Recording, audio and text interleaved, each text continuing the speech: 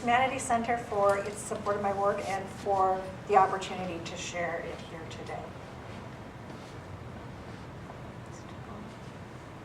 Here's an account of the celebration of the ratification of the 19th Amendment, the Women's Suffrage Amendment, based on a report from the Boston Globe. On September 22nd, 1920, the women of Boston took to the streets for a victory parade, 400 strong. By 1920, American women had finally succeeded in their long and hard fight. Beginning in 1848 in Seneca Falls, New York, at the Women's Rights Convention, suffragists engaged in a 72-year-long struggle, finally concluding their efforts with ratification of the 19th Amendment. The parade ended at Faneuil Hall, where more than 1,000 noisy, enthusiastic, and happy people were crowded into the hall awaiting speeches. By most accounts, this is how the women's suffrage story ends, with triumph and speeches and ticker tape. But the confetti had barely settled when, in the fall of 1920, Susie W. Fountain made her way to the Elizabeth City County Registrar in Phoebus, Virginia. A pillar of the African-American community in this Chesapeake town, Mrs. Fountain was 51 years old and college educated. Her husband was the only proprietor on their block on County Street, which was home to African-American construction laborers, laundresses, and shipyard workers. The mother of 4 children, Mrs. Fountain presided over what an investigator later called a very pretty and comfortable home, a home that she and her husband, John, owned free and clear. They had paid taxes in the county for 35 years. Mrs. Fountain presented herself to the county registrar and took the Virginia literacy test as required by law. Looking over her answers, the registrar decided that Mrs. Fountain, quote, did not pass, although she did very well.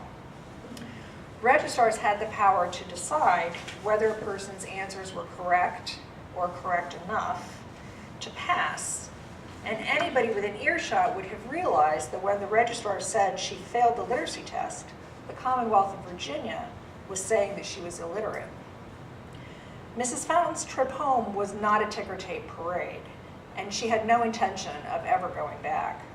As she told investigators later, quote, she was, quote, too humiliated and angry to try again.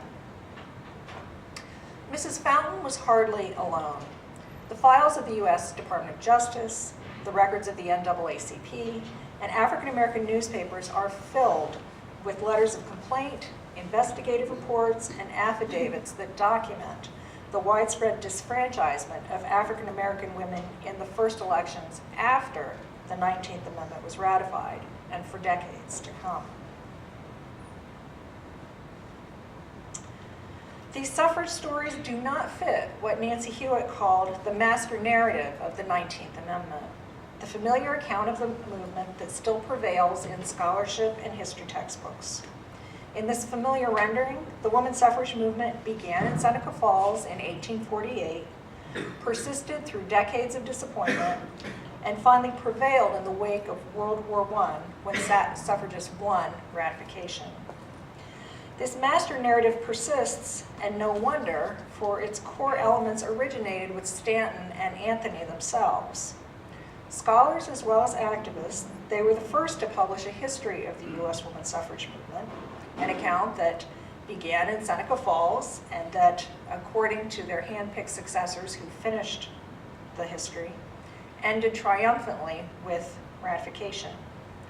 As Eleanor Flexner put it in her political history of the movement, an account that remains a touchstone for scholars of women's suffrage, the ratification of the amendment in 1920 was a hard-won victory. The master narrative has gotten a makeover, to be sure, by peering through lenses of race and class and expanding the context across national borders. Scholars in recent decades have deepened our understandings of the movement. We better understand, for example, the strategic racism of suffragists who argued that enfranchising white women would help secure Jim Crow. We've seen improved understandings of the nuanced relationship between women's suffrage at home and so-called democratic imperialism abroad. All the same, the fundamentals of the master narrative remain intact, above all a timeline that begins in 1848 and ends in triumph with ratification in 1920, long after Nancy Cott's call to, quote, look across the Great Divide for continuities between the pre-amendment and post-amendment periods, and nearly a century after the amendment was ratified. These women's stories of disfranchisement, these pieces that don't fit, point out the need to revisit seemingly settled questions, to look beyond 1920 at the implementation of the 19th Amendment, to better understand its impact and meaning. These stories show the need to pay greater attention to social markers of identity and difference, especially race, ethnicity, class, and marital status, and to the way these women's political participation was shaped by their families and communities. They push us to seek out connections between the women's rights movement of the World War I era and the civil rights movement of the years following World War II, looking for ties between the two stories that are usually told separately. By taking an inclusive and intersectional approach to women's electoral participation after ratification, and placing these aspiring voters in the context of their families and communities, I hope to offer a revised interpretation of the 19th Amendment, one that shifts away from a narrative of triumph and toward a more balanced interpretation that stresses both its achievements and its limits. Scholars don't know a lot about what happened when African American women tried to vote in the Jim Crow South in the 1920s, 30s, and 40s. Given the widespread disfranchisement of African American men in the region at the time, in that time period, scholars for the most part have assumed that African American women didn't vote either.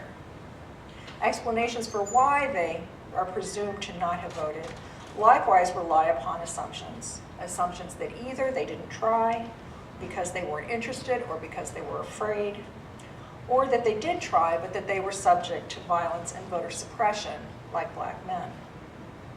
Scholars have uncovered a handful of reports of African American women successfully casting ballots, but they're divided on basic questions of how many black women voted and when they succeeded in voting.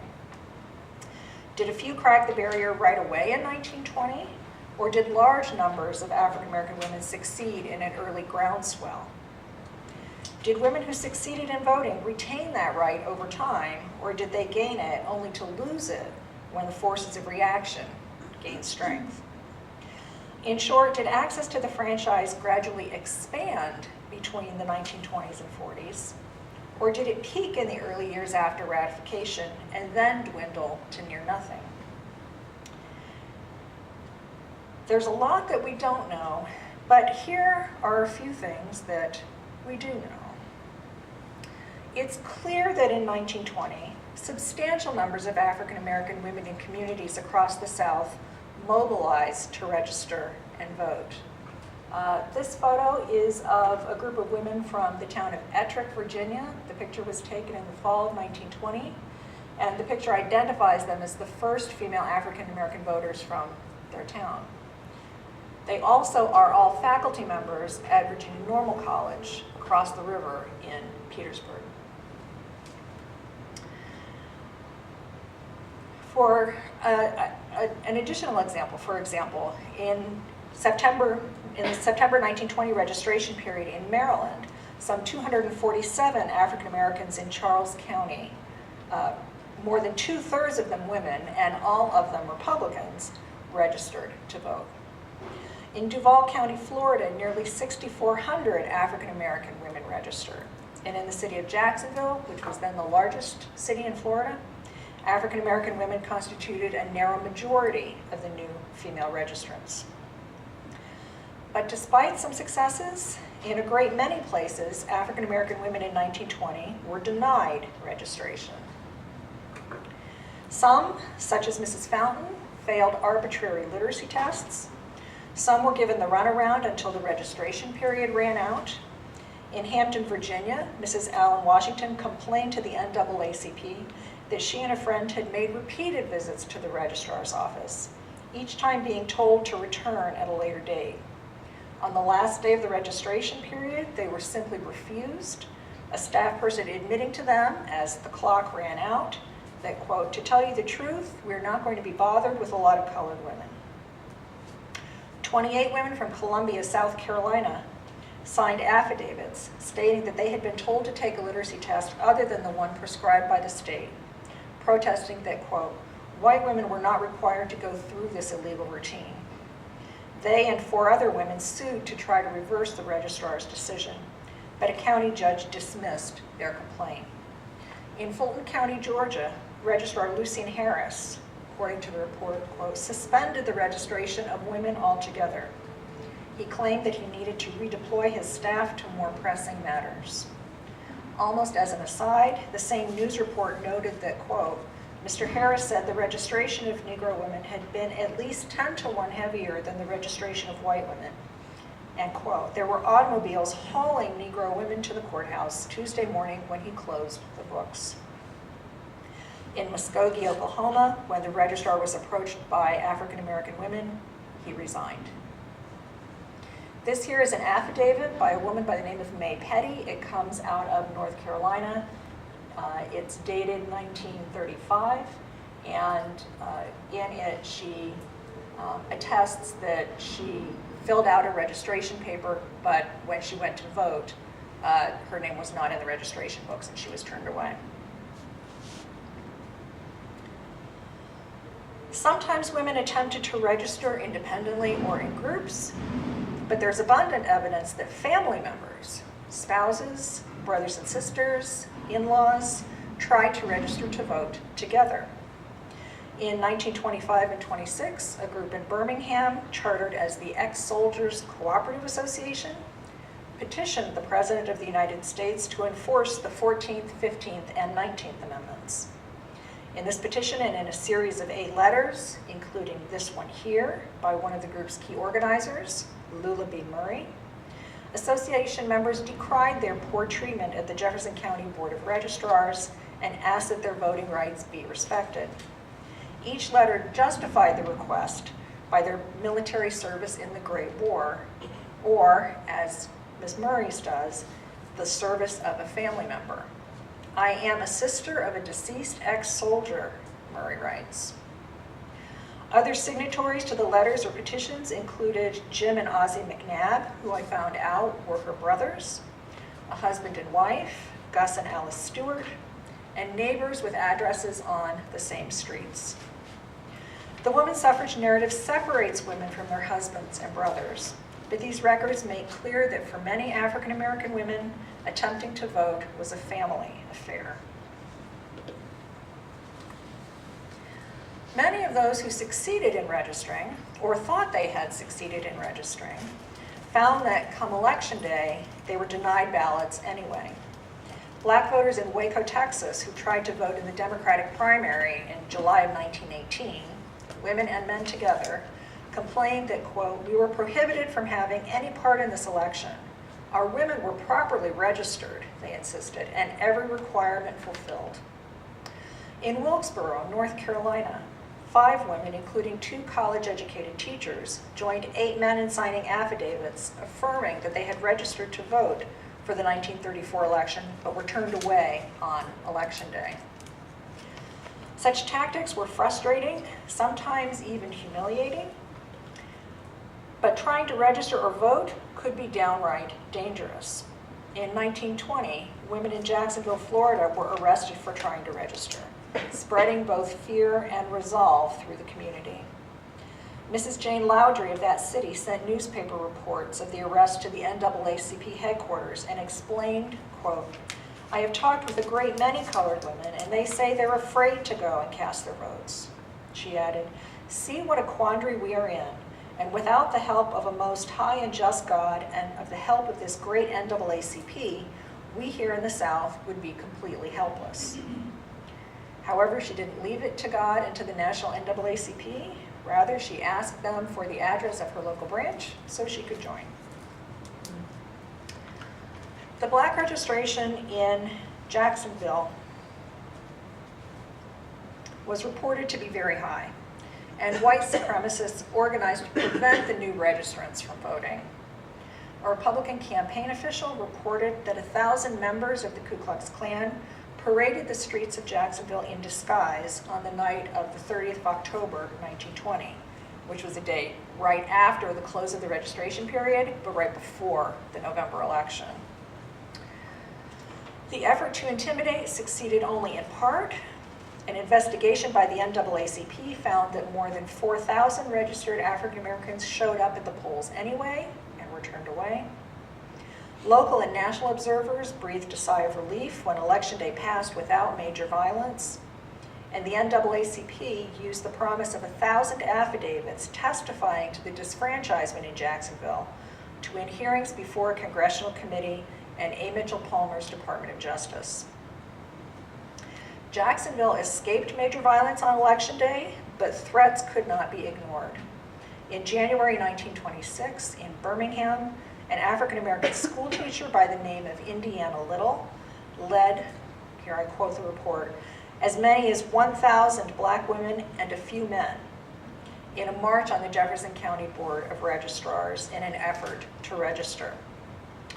Two secondary sources briefly note the event. Both indicate that Little was arrested for vagrancy.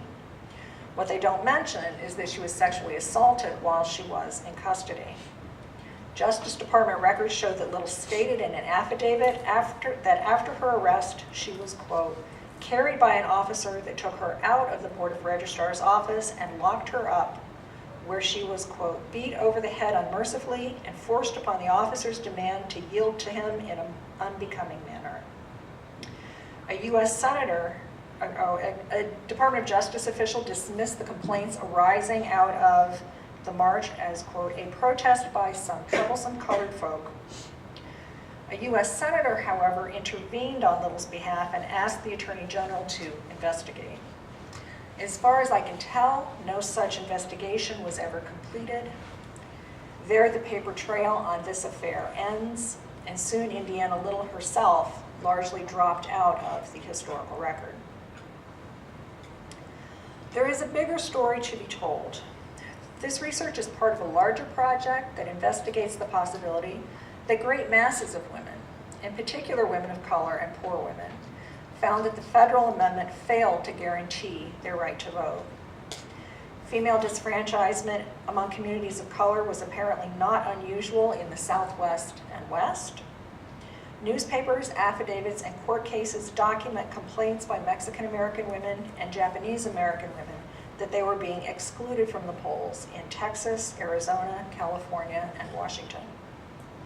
U.S.-born women of any race or ethnicity who married foreign nationals after 1907 lost their American citizenship. And even after passage of the Cable Act in 1922, these women had to naturalize to regain their U.S. citizenship and thus access to the ballot. Class and marital status mattered as well. In the 21 states that required poll taxes in the 1920s, any woman who lacked an independent income might find herself excluded. In households in which men controlled the family finances, women could not vote unless their husbands agreed to pay the tax. Field organizers from the League of Women Voters found in the 1920s that, quote, throughout the South, white men blocked their wives from voting, one going so far as to burn his wife's poll tax receipt. And a handful of petitions and letters of complaint, backed up by Justice Department investigations, document that some women reported being denied ballots for partisan reasons. The circumstances varied, but the outcome was the same. Despite the triumph of the 19th Amendment, many African American women, along with many others, found that after 1920, they still could not vote. To understand their stories, we need to consider their experiences intersectionally, in the full, rich range of their multiple identities, and in the context of their families and communities. These stories make it clear that for many women, the century of struggle lasted much longer than 100 years. Ratification ended the voting rights story for some, but it served as a new beginning for many others. One more step in a long struggle for a fully inclusive democracy, a struggle that continues in other ways, even to this day. Thank you. Yeah, could you stay there? I made a mistake by not directing everyone to start asking questions of Liz. So we're going to give you about 5 to 6 minutes worth of questions, so probably 2 to 3 questions. Then we're going to ask Liz to go back up, and then we'll have Jamie go. Okay? So first question for Liette, Professor Gidlow.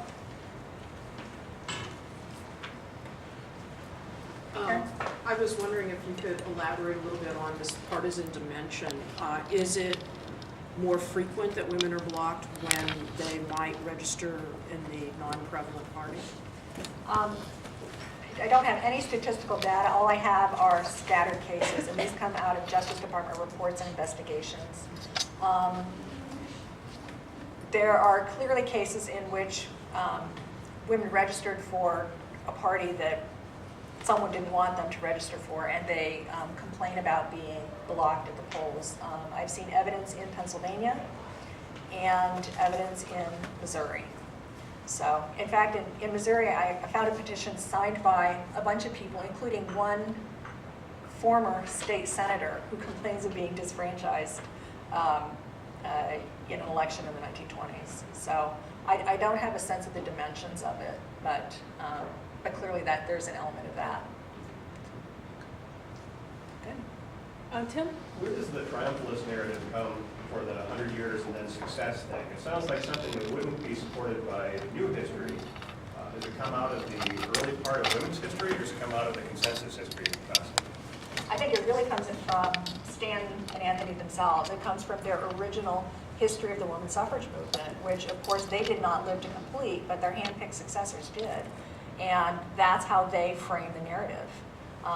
Of course, Stanton was the organizer of one of the key organizers of the early Women's Rights Convention in Seneca Falls.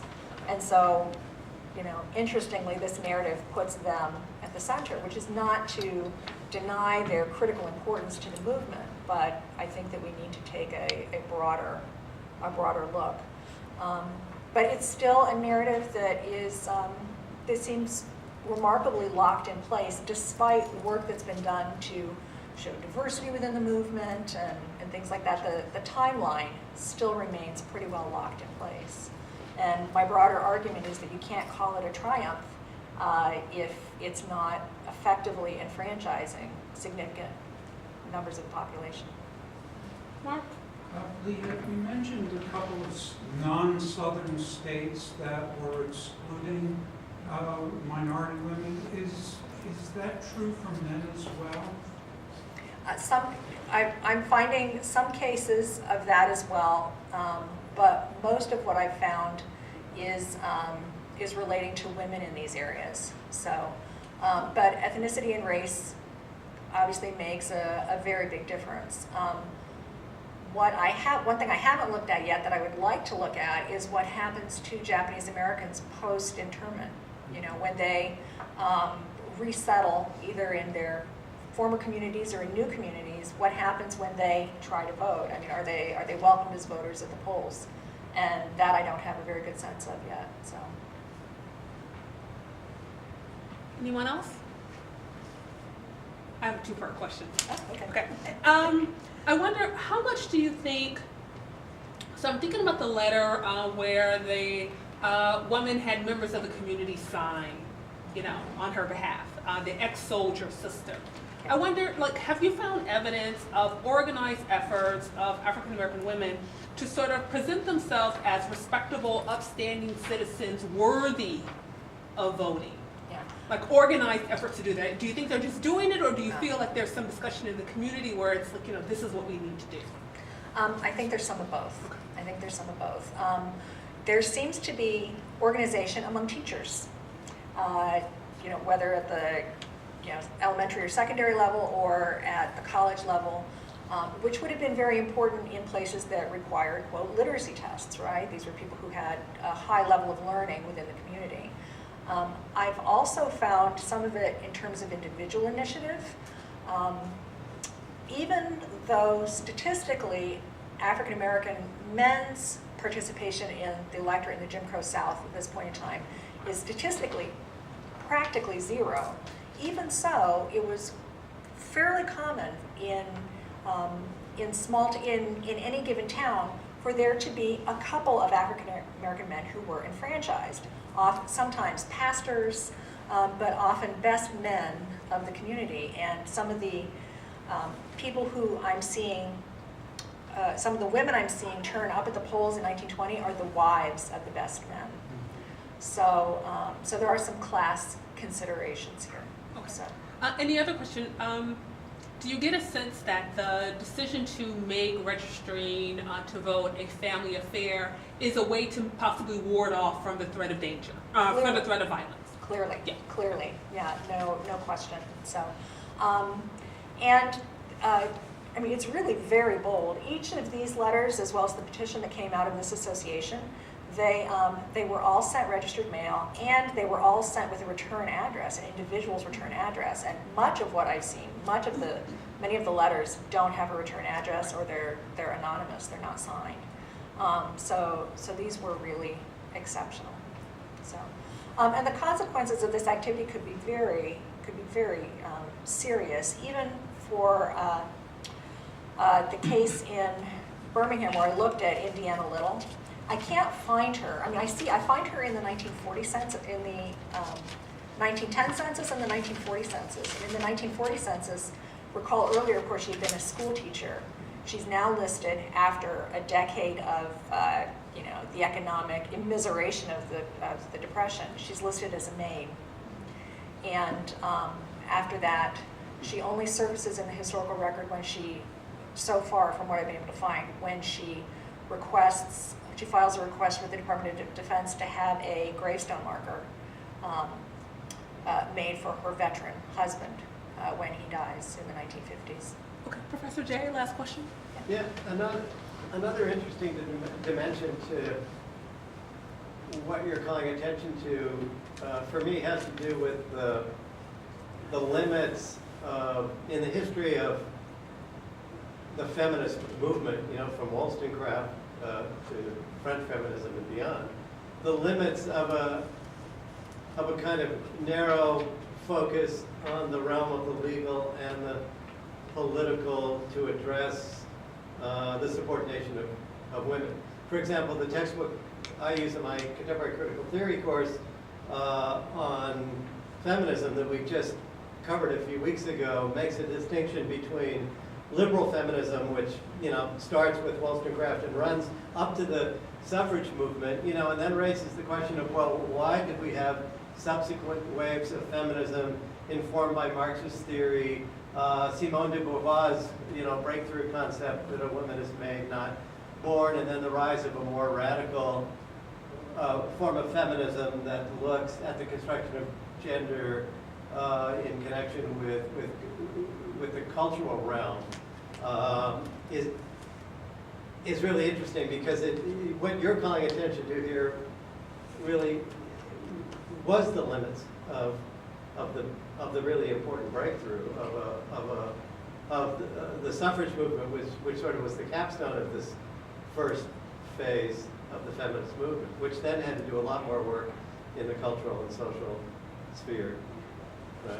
Right, and I mean, it's challenging the construction of the category of woman, right? Yes, absolutely, right. So. Right, yeah, the whole philosophical discourse, the attention to that. Yeah. Okay, so we're going to thank you. Give you again a round of applause. And Liz, would you mind stepping back up? Questions for Professor Fowl? Bullying in the workplace? Or the jungle out there? Yes, go ahead. So I'm in the political science department, and I teach a public personnel management class, and in one of our class sessions we are actually talking about workplace safety, and increasingly I have started including literature on workplace bullying as an important literature to talk about safety, not just physical safety and occupational safety.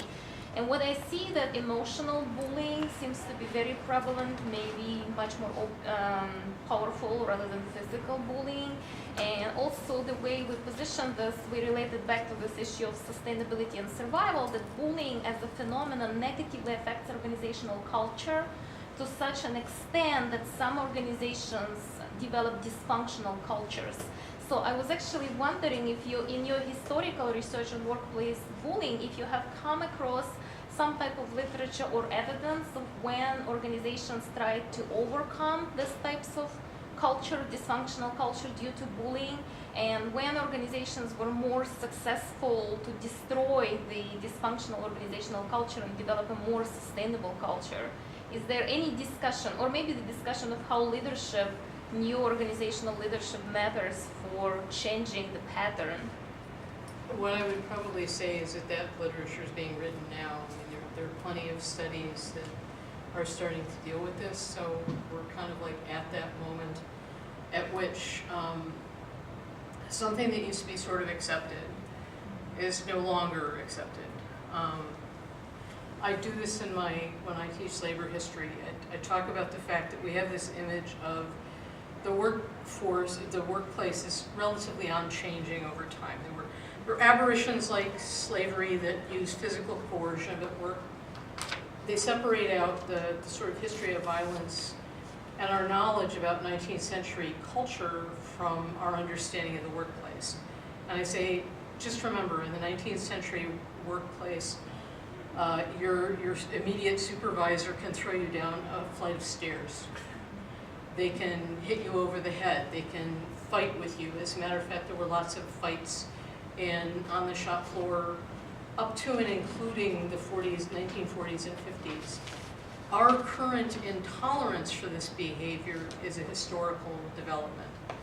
And the fact that we now are beginning to understand just the kind of psychological damage that's done, and everything from what happens to children when they are bullied to adults who are experiencing the same kind of behavior and don't expect it, and it surprises them. But it also makes them feel very unsafe, and it undermines productivity, it undermines work relations, it makes those that's precisely right, it makes them dysfunctional. It breaks the workplace as well as the work. Okay. Mark? Liz, I wonder if you could reflect on, make a connection between Liette's paper and yours. In particular, instead of Stanton and Anthony being the creators of the triumphalist narrative, I would suggest it was my grandmother. I was wondering who did it. Right, exactly. Exactly. But she worked in a sweatshop on the Lower East Side, joined the ILGW, but also proudly told me about marching for women's suffrage in New York, and it actually, obviously being facetious before, but it raises questions that you were connecting to the Scandinavian world about the relationship of political power and powerlessness in the workplace. I have two answers to that. Number one of which is that I think that our understanding of the women's movement in the 19th century has really been so expanded by work. I mean, it may be that we continue to, when we look specifically at the ballot, to look at the triumphal narrative and to locate it very firmly in Seneca Falls and the origins there. But there is a lot of work, including Eleanor Flexner, when she writes Century of Struggle. She herself is a bit of a labor feminist. She's coming out of the left. And Century of Struggle tells the story of the little mill girls in the 1830s. It prominently uses Sarah Bagley, who is presumed to be the leader of that original strike and is later head of the Female Labor Reform Association. It uses that story to talk about the fact that there's a general or more widespread sense that women's status and condition has to be addressed. And she makes links, as do subsequent historians, between these broad social movements that have to confront gender. Abolitionism comes to the point where it has to deal with gender, because the people who are passing the petitions are primarily women, because the people who are sort of the shock troops of many of those protests, it's not just a male movement, it's a movement that integrates men and women, and not to mention people of color, or not to mention people who are engaged in all different kinds of politics. And the women's movement, the history of the women's movement has always been one that it almost acts like an accordion in the sense that sometimes it squeezes down to that one little melody that's about suffrage, and at other times expands to point out that, you know, the second wave of feminism doesn't really start in 1967 at the Conference for New Politics. That second movement of feminism begins in the 1940s and the 1950s among people who are active in the labor movement, the peace movement, and the civil rights movement. So that's, I think, where the connections lie. And I think they are connected because when they work together, not to be hokey or anything, but it is more of a harmony and not a single melody anymore. And that's the way it needs to be understood. Okay, one more question. Andrew? You seem like you were gesturing. I'm going to call you out. Go ahead. Sure. You paid such great attention to the language in such a fun way. And in the end, you talked about kind of pushing back against the metaphor with the jungle gym and everything. Yeah. Has anyone actually pushed back against the fact that a lot of this literature, even though it seems to be condemning of this behavior, uses a really violent language? Like the language of the jungle is both naturalizing violence, but it's also this famously violent part of nature, where it really just it seems very like we're kind of stuck in a circle or something. No, I think that's just it, but it sort of goes back to what the advice we give children are. If there's a bully, you're supposed to go and confront them. What's our image? What's our childhood story about it? It's, I was bullied at work, and then my father, it's always told about boys, my father taught me how to fight, and I conquered the bully, and then the bully ran away. And I think that's what when we think about that bullying dynamic, we always think about equivalent force, and it's almost always physical force. And so, you know, these books, I mean, they're comic in one sense because there is this sort of, you know, when you're mad at somebody at work, you do use those words. They're weasels and snakes and they're hideous beasts. But it also sort of starts to escalate this conflict and provide you only with a set of alternatives like quitting and marching off, or, you know, the sort of ultimate, which is that bullies in the workplace sometimes take up, people who are bullied in the workplace sometimes take up guns, and they sometimes shoot themselves, and they sometimes shoot their coworkers. So I don't think it's particularly helpful, but I guess that's why I keep, and I continue to play around with the chapter, because that language makes me uncomfortable. I'd rather go back to the idea that if we transform our image of the workplace, maybe we can sort of download that tone of violence.